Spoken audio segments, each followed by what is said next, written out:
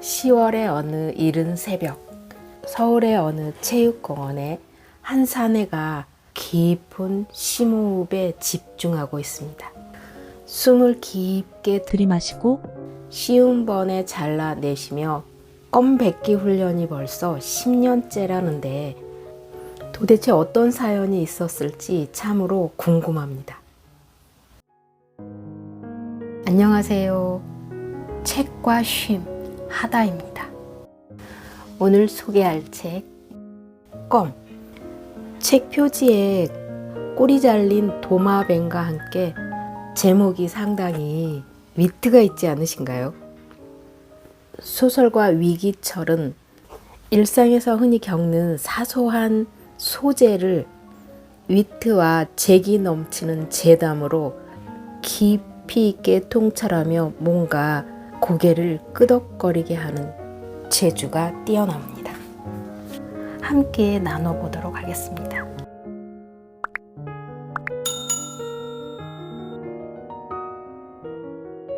비가 한 차례 지난 뒤 공기가 퍽 쌀쌀해진 10월의 새벽. 서울 북부 변두리의 작은 체육공원에 회색 운동복 차림의 사내가 가벼운 뜀박질을 하며 올라왔다. 그의 손에 들려있는 손전등 불빛이 발걸음에 맞춰 깜빡였다.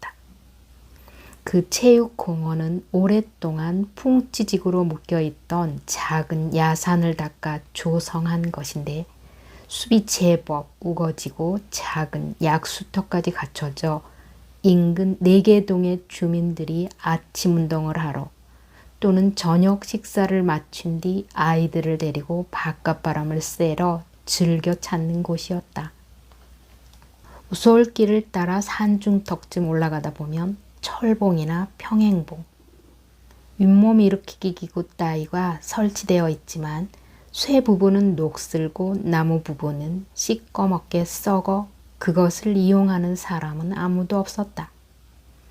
철봉 아래쪽 웅덩이에는 시꺼먼 물이 고여 산책로까지 침범하고 있었는데 날이 아직 어두운 탓에 사내는 그만 웅덩이를 밟고 말았다. 재빨리 발을 뺐지만 이미 운동화는 물론 양말까지 젖어버렸다. 사내는 투덜거리며 곧바로 산꼭대기까지 올라갔다. 그곳에는 배드민턴을 치거나 줄넘기를 할 수 있도록 평평하게 닦아놓은 50-60평 남짓한 공터가 있었다. 눈여겨 살펴보아야만 발견할 수 있겠지만 공터 입구로부터 약 2m 되는 지점에 조그만 나무 말뚝이 좌우로 하나씩 꽂혀 있고 그 지점에서 정확히 9m 되는 지점에 좌우에도 그런 말뚝들이 꽂혀 있었다. 그 말뚝들은 물론 그가 꽂아 놓은 것이었다. 그는 손전등을 비춰 말뚝을 찾아내었다. 그리고 노끈으로 두 말뚝 사이를 이어 선을 만들었다. 이제 그 선은 육상 경기의 출발선과 같은 역할을 하게 되는 셈이었다. 그는 선 바깥쪽에서 가볍게 몸을 풀었다. 앉았다 일어났다 하며 다리 운동을 하고 몸을 앞뒤로 젖히며 허리 운동을 하고 머리를 빙글빙글 돌리며 목 운동을 하고 마지막에는 용수철처럼 통통 뛰며 뜀뛰기 운동을 했다. 이런 동작을 10분쯤 반복한 다음 숨쉬기 운동에 들어갔다. 대략 1초 간격으로 쉰을 셀 때까지 아주 조금씩 숨을 들이켜 허파 깊숙이 새벽 공기를 집어넣었다. 공기가 차가운 계절인 만큼 아주 천천히 숨을 들이켬으로써 허파에 무리가 가지 않도록 주의를 기울였다. 더 이상 숨을 들이켤 수 없을 만큼 허파가 가득 차자 배꼽 아래 단전을 의식하며 숨을 꾹 눌러 참았고 그 상태로 또 쉰을 셀 동안 버텼다. 다음은 숨을 내뱉을 차례였다. 숨이 가득 찼기 때문에 날숨은 들숨보다 통제하기 어려웠지만 그는 얼굴이 새빨개지도록 버티며 날숨을 기어코 50조각으로 나누어 뱉었다. 그러나 날숨보다 더 어려운 것은 다음 차례의 들숨이었다. 텅 빈 허파는 새로운 산소를 맹렬하게 원했고 그 요구를 고지곳대로 들어준다면 호흡 조절 따위는 아무런 의미가 없는 것이다. 그는 이런 호흡 조절 훈련을 벌써 3년째 해왔으므로 한 차례 심호흡을 한 뒤 방정맞게 헉헉거리는 단계는 이미 오래전에 뛰어넘었다. 고삐를 당기면 먹고 박차를 가하면 달리는 말처럼 그의 호흡은 잘 길들여져 있었다. 문제는 호흡 그 자체가 아니었다. 날숨과 들숨을 통해 몸 안팎의 경계를 허무는 일, 거대한 우주 에너지의 흐름에 자신을 내맡기는 일, 닫혀있던 육신의 통로들을 활짝 열고 우주로부터 공급받은 신선한 기운을 몸속에 고인 더러운 기운과 교체하는 일이었다. 의식을 단전에 집중한 지 얼마 지나지 않아 배꼽 아랫부분이 후끈후끈 달아오르기 시작했고 몸은 깃털처럼 가벼워졌다. 이렇게 준비 운동을 하는 동안 하늘이 어슴풀에 밝아져 그를 에워싼 풍경들도 조금씩 제 모습을 드러내기 시작했다. 서둘러야 했다. 날이 완전히 밝으면 동네 사람들이 아침 운동을 하기 위해 삼삼오오 모여들 것이었다. 노인들은 말을 걸고 아이들은 줄넘기를 하고 젊은이들은 배드민턴을 치고 그들이 데리고 온 개들은 코를 킁킁대며 아무데나 똥을 싸댈 것이다. 그러나 무엇보다도 견딜 수 없는 것은 사람들의 시선이었다. 그것은 집요하고 성가시다는 점에서 파리떼와 비슷한 속성을 가지고 있었다. 파리가 다리에 더러운 병균을 묻히고 와 음식을 불결하게 만든다면 사람들의 시선은 더러운 편견을 가득 담고 그의 훈련을 불결하게 만든다. 힐끔거리는 시선이든 빤히 쳐다보는 시선이든 또는 무심함을 가장한 시선이든 그 시선들이 말하는 바는 한결같았다. 돌았군. 할 일도 더럽게 없나 보군. 세상에는 정말 별의별 사람들이 다 있다니까. 그는 사람들이 어떻게 생각하든 개의치 않았지만 구태여 편견으로 가득 찬 시선을 느끼며 훈련을 하고 싶지는 않았다. 이 훈련에는 고도의 집중이 필요하니까. 준비 운동을 마치자 그는 곧 운동복 바지 주머니에서 껌을 꺼내 씹었다. 껌의 단맛은 체육공원까지 뛰어오느라 또 준비 운동을 하느라 칼칼해진 입안을 상쾌하게 만들어주곤 했다. 그러나 이날은 껌의 단맛이 신경을 자극했다. 단물이 침에 섞여 입안 가득 퍼질 때에는 화학 조미료를 퍼먹는 것처럼 느끼한 기분이 들었다. 단물이 어느 정도 빠진 뒤에는 마치 연 묻은 손가락처럼 입천장이 온통 찐득거리는 느낌이었다. 껌 맛이 고약하게 느껴지다니 좋지 않은 조짐이었다. 그는 이빨과 입천장 사이에서 혀를 요리조리 굴려 껌을 반죽했다. 이 또한 세심하게 주의를 기울여야 할 작업이었다. 침을 너무 많이 섞으면 물렁해지고 침을 너무 적게 섞으면 뻑뻑해진다. 또 단물을 조금 빼면 무거워지고 단물을 많이 빼면 가벼워진다. 알맞은 물기와 알맞은 무게로 만드는 것이 무엇보다 중요하며 그래야 껌 모양도 제대로 빚어질 수 있는 것이다. 입이 이렇게 분주하게 움직이는 동안 그는 9m 지점에 있는 말뚝의 위치를 다시 확인하기도 하고 공터 언저리에 돋은 잡초를 뽑아주기도 하고 사람들이 함부로 버리고 간 담배꽁초 따위를 줍기도 했다. 확실히 컨디션이 좋지 않은 날이었다.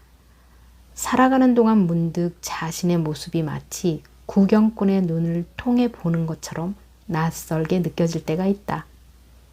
늦은 밤 모두 퇴근한 사무실에서 밀린 장부를 정리하며 사발면 가락을 후루룩 후루룩 입에 말아놓고 있을 때, 하찮기 짝이 없는 자신의 업무를 누군가에게 장황하게 설명하고 있을 때, 강단에 서서 스스로조차 확신할 수 없는 주장들을 다른 사람들한테 확신시키고 있을 때, 자신을 이탈한 자신의 시선이 그 모습을 바라보며 딱하다는 듯이 속삭이는 것이다.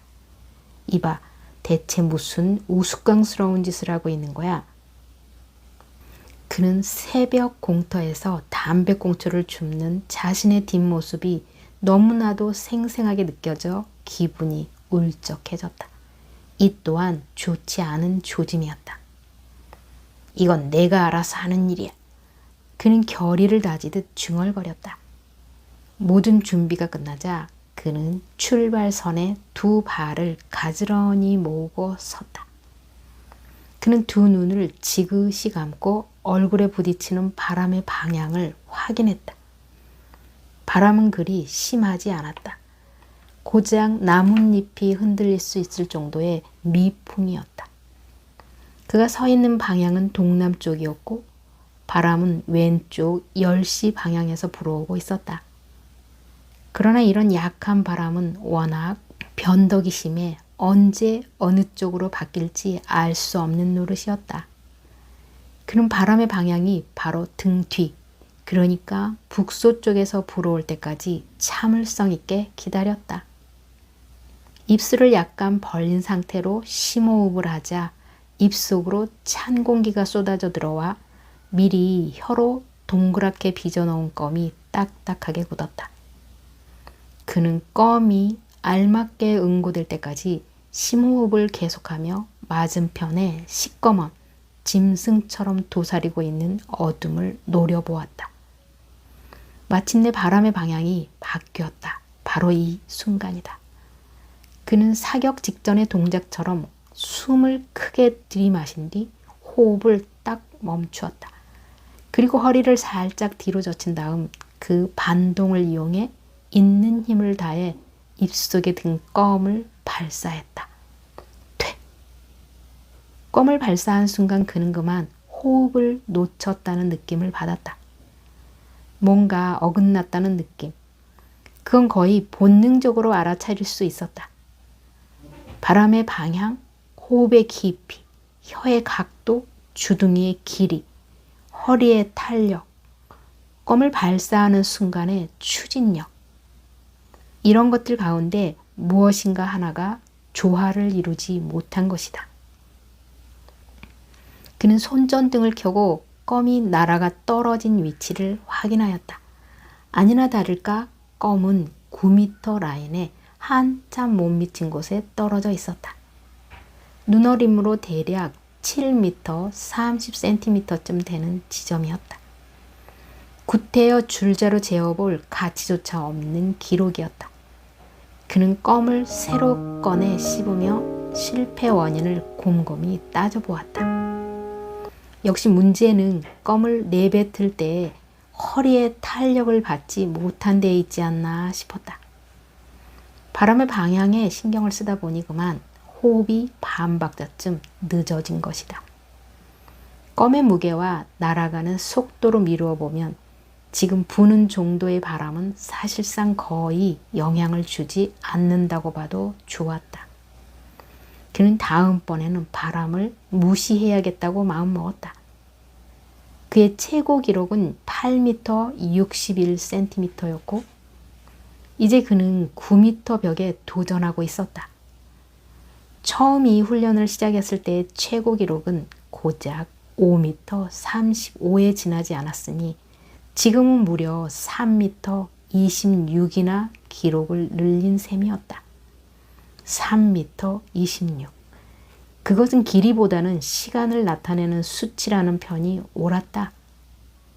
6m 벽을 넘는데 3개월이 걸렸고 7m 벽을 넘는 데에는 10개월이 걸렸으며 8m 벽을 허무는 데는 장장 2년 8개월이 걸렸다. 그리고 그는 이제 9m의 장벽 앞에서 벌써 4년 5개월째 머물고 있었다.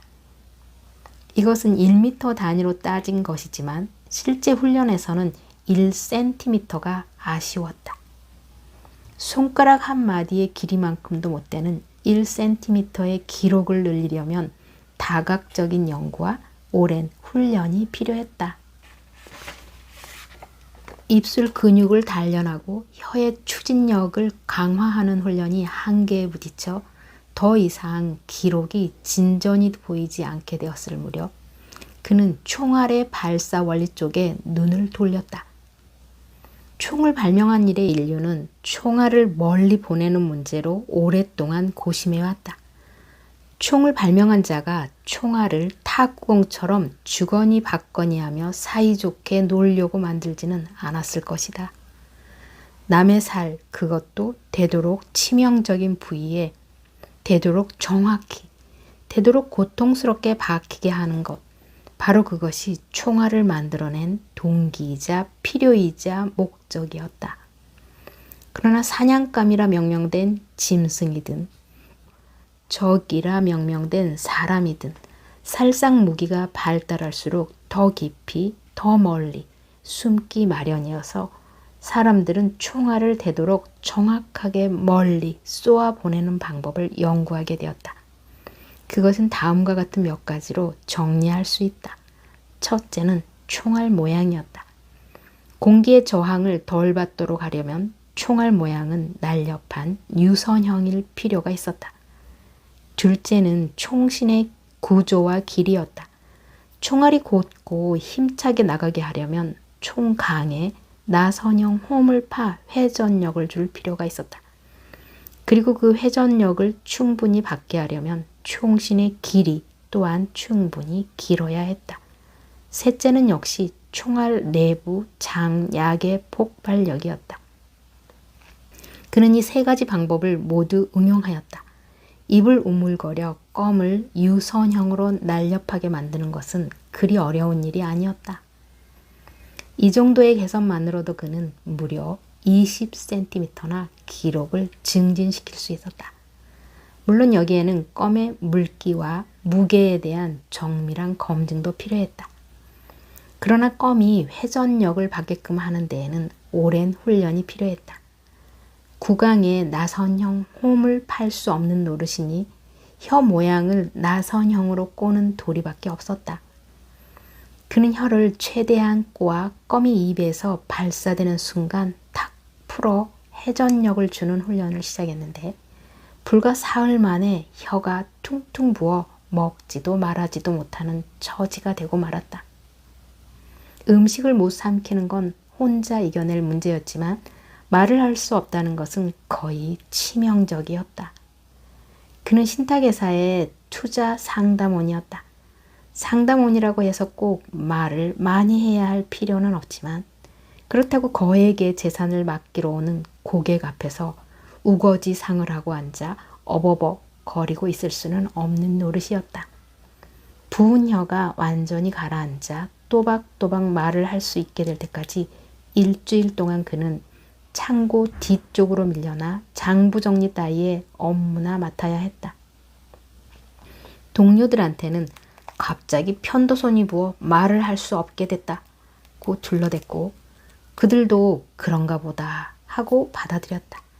그러나 만일 그들이 조금만 더 용이 주도했다면 그가 목이 부었는지 혀가 부었는지는 쉽사리 눈치채었으리라. 목이 부었을 때 내는 소리와 혀가 부었을 때 내는 소리는 엄연히 다른 법이니까. 그는 말 그대로 피나는 훈련을 거듭하여 6개월쯤 뒤에는 마침내 혀를 꼬아 껌에 회전력을 주는데 성공했다. 그리고 훈련은 곧바로 성과를 가져왔다. 바람이 뒤편에서 알맞게 불어지기는 했지만 그는 혀를 꼬는 훈련을 통해 7m 벽을 넘어선 것이다. 비록 아무도 알아주지 않는 기록이지만 그건 아무래도 좋았다. 중요한 것은 인간 능력의 한계를 조금씩 넓혀가는 성취감이며 그 일을 바로 자신이 해내고 있다는 사실이었다. 그는 곧바로 8m에 도전했다. 혀를 이용한 회전력을 좀 더 오래 지속시키려면 주둥이를 최대한 뾰족하게 내밀 필요가 있었다. 그것은 회전력을 주는 총신이 길수록 총알이 멀리 나가는 것 같은 이치였다. 물론 그저 주둥이를 뾰족하게 내미는 것만으로는 기대한 효과를 낼 수 없었다. 중요한 것은 뾰족하게 내밀 때 주둥이를 비트는 각도와 혀가 꼬이는 각도를 정확하게 일치시켜야 한다. 이 각도가 어긋나면 주둥이를 뾰족하게 내밀수록 도리어 껌의 추진력에 저항만 주게 될 뿐이었다. 그는 집에서건 직장에서건 거리에서건 틈만 나면 주둥이를 잡아당겨 비틀어댔다. 입 둘레 근육을 껌 발사에 알맞게끔 발달시키려면 그 밖에 다른 도리가 없었다. 주변 사람들은 그가 왜 자기 주둥이를 마구 쥐어뜯고 비틀어대는지 납득하지 못했다. 그들은 어디선가 주워들은 말들로 나름의 진단을 내렸다. 과도한 스트레스에 따른 히스테리성 장애라는 둥, 애정 결핍 증상이라는 둥, 리비도의 비정상적 발달로 인한 구순기적 집착이라는 둥. 그러나 그는 구태여 항변하지 않았다. 항변해봐야 어차피 그들은 이해하지 못할 것이다. 주둥이를 한번 밑을 때마다 10,000원짜리 지폐가 한 장씩 튀어나온다면 그들도 고개를 끄덕일지 모른다. 그러나 주둥이를 아무리 쥐어짜봐야 나올 것은 침밖에 없었다. 자나깨나 주둥이를 비틀어댄 결과 입 둘레 근육은 조금씩 단단해졌고 그와 더불어 입술 두께도 점점 두툼해졌다. 조금만 주의 깊게 들여다보면 그의 입술 주름이 나선형으로 꼬여 있음을 쉽게 알아차릴 수 있었겠지만 남의 입술 주름에 관심을 기울일 사람은 아무도 없었다. 주둥이를 잡아 비틀기 시작한 지 2년 6개월 만에 마침내 그는 8m 벽을 깰 수 있었다. 아마 그는 그날의 감격을 평생 잊지 못할 것이다. 8m 라인을 살짝 넘어 떨어진 껌을 보고 있는 그는 그 자리에 무릎을 꿇고 앉아 크흐흐 울음을 터뜨렸다. 물론 그 껌은 유리 상자 속에 담겨 그의 집 거실 장식장 안에 곱게 보관되어 있다. 8m를 넘긴 껌. 이제 그는 9m 장벽에 도전하고 있었다. 이 벽을 넘기 위해서는 가장 기본적인 문제가 해결돼야 했다. 사실 총간 구조와 총신 길이의 개선도 장약의 폭발력이 뒷받침해줘야 제대로 효과를 낼 수 있는 것이다. 껌 속에 화약을 집어넣을 수는 없는 노릇이니 폭발력은 결국 기관지를 통해 뿜어낼 수 있는 공기 양에 의존할 수밖에 없었다. 그러나 단순히 폐활량을 늘리는 것만으로는 문제가 해결되지 않았다. 어차피 껌 발사에 필요한 힘은 순간적으로 내뿜는 공기 양에 의존할 뿐 폐활량 전체에 의존하는 것은 아니기 때문이다.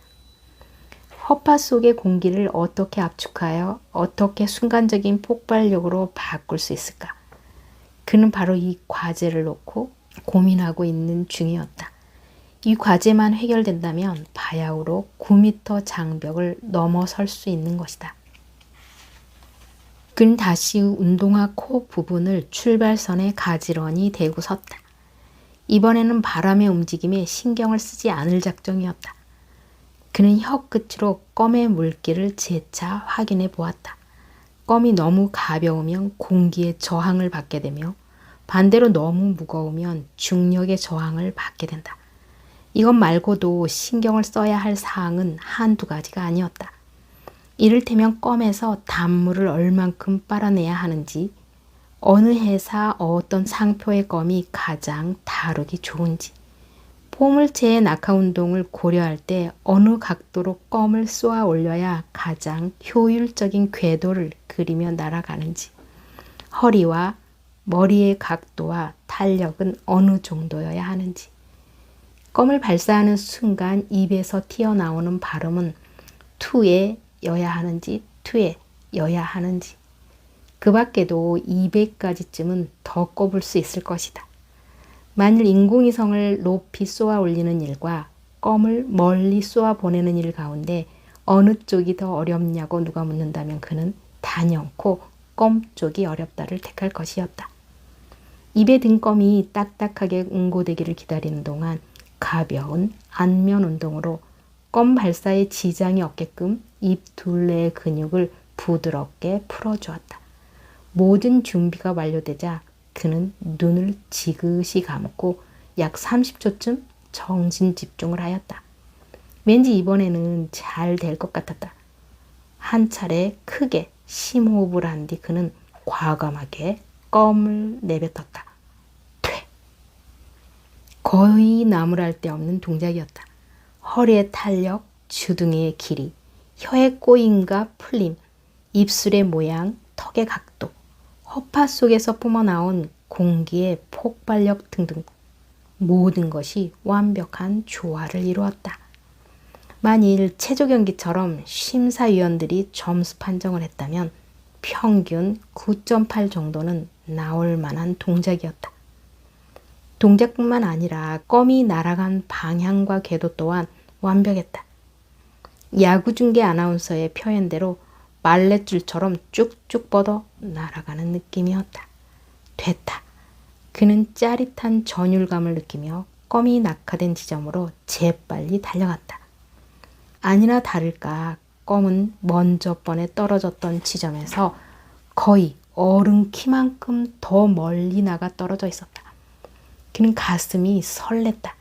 새로운 기록을 세울 때마다 느끼는 점이지만 1cm 앞의 세계와 1cm 뒤의 세계는 완전히 다른 세계였다. 이를테면 8m 61의 세계는 그가 발을 디뎌본 세계이지만 8m 62의 세계는 그가 아직 발을 디뎌보지 못한 세계인 것이다. 발을 디뎌보지 못한 세계에 첫 발을 들여놓는다는 사실. 감격은 바로 그런 데서 오는 것이었다. 8m 70은 좋게 되겠군.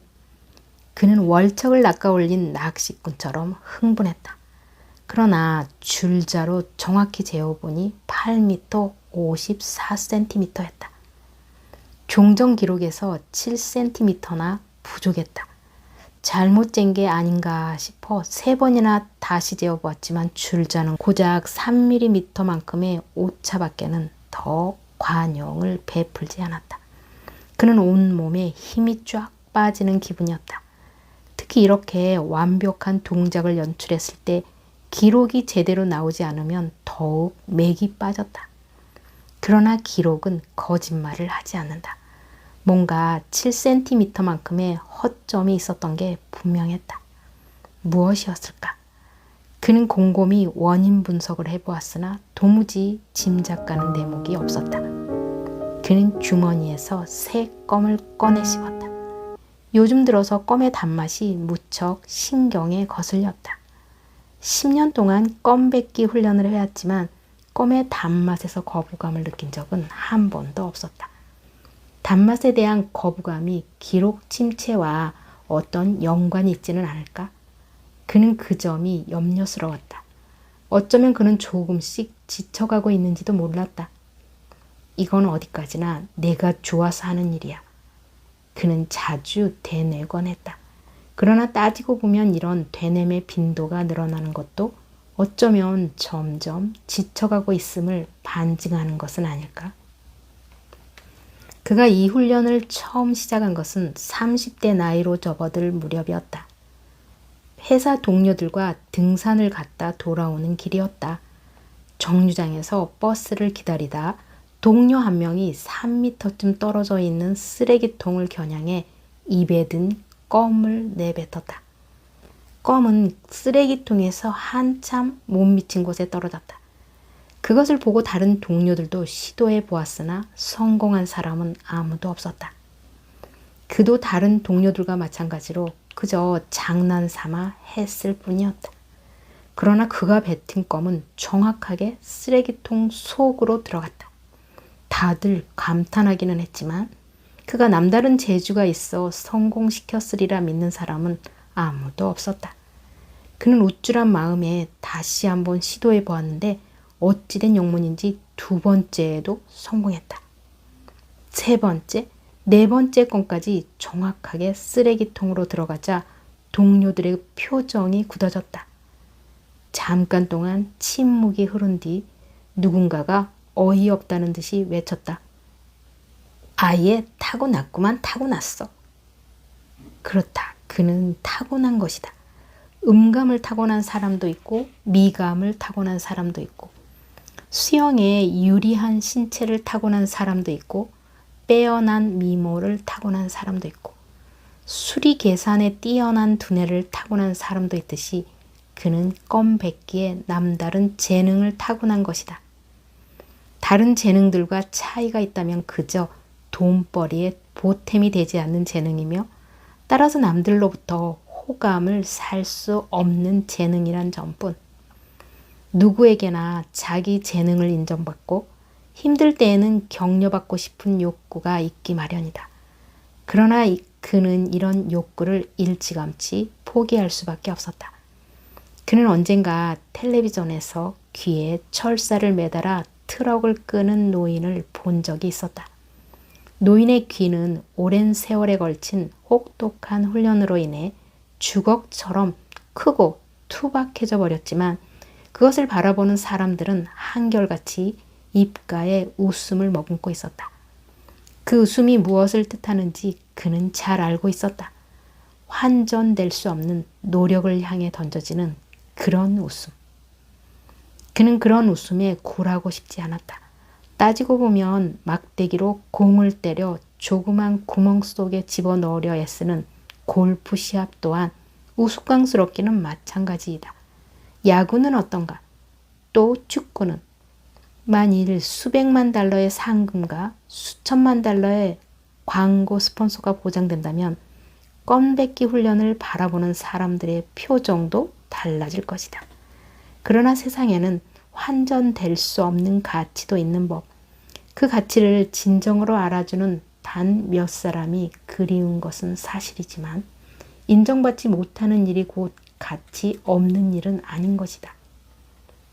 그는 자신의 재능을 조금씩 완성해가는 과정에 기쁨을 느끼고 있으며 오직 순수하게 자신을 위해 노력하고 있다는 사실이 무엇보다 좋았다. 돈을 위해서도 주목받기 위해서도 아닌 온전히 자기 완성만을 위해 혼신의 힘을 쏟는 일. 그는 두 발을 가지런히 모으고 출발선 위에 섰다. 때로는 힘들고 지치고 뭐하러 이따위 우스꽝스러운 짓에 몰두하고 있는지 어이없게 느껴질 때도 많지만 따지고 보면 그건 무슨 일을 해도 마찬가지인 것이다. 고객의 돈을 열심히 세고 있을 때 채권이 더 유리한지 주식이 더 유리한지 열심히 설명하고 있을 때 지금이 매도 시점인지 매수 시점인지 눈이 침침해지도록 꺾은 선 그래프를 들여다보고 있을 때 내키지도 않는 회식 자리에 끼어 뻔한 농담들을 주고받고 있을 때 나를 이탈한 내가 등 뒤에 서서 웃음을 실실 흘리고 있지 않던가. 이봐, 대체 무슨 우스꽝스러운 짓을 하고 있는 거야. 그는 심호흡을 계속해 입속에 든 껌을 알맞은 굵기로 만들었다. 해 뜨는 시간이 가까워지자 하늘은 완연히 푸른색을 띠었고 이제 9m 지점을 표시한 노끈도 또렷이 보였다. 언제 넘을지 알 수 없는 선이지만 그는 결코 포기하지 않을 것이다. 저 선 너머에는 아직 그 누구도 밟아보지 못한 세계가 펼쳐져 있음을 그는 분명히 알고 있었다. 먼 훗날 9m의 세계로 들어온 누군가가 앞서 지나간 그의 발자국을 보게 될지도 모른다. 그러나 못 본다 해도 상관없었다. 그는 분명 희열의 찬 걸음으로 그 세계를 밟고 지나갔으므로 그는 대략 20초쯤 눈을 지그시 감고 마음을 가다듬었다. 아무도 알아주지 않아도 좋다. 껌이 날아간 길이만큼 나의 존재 영역은 확장될 것이며 그것은 그 누구도 아닌 내 자신이 개척한 세계이다. 저 너머로 또 다른 나를 찾으러 가자. 그는 허리의 탄력을 최대한 이용해 힘차게 껌을 뱉었다.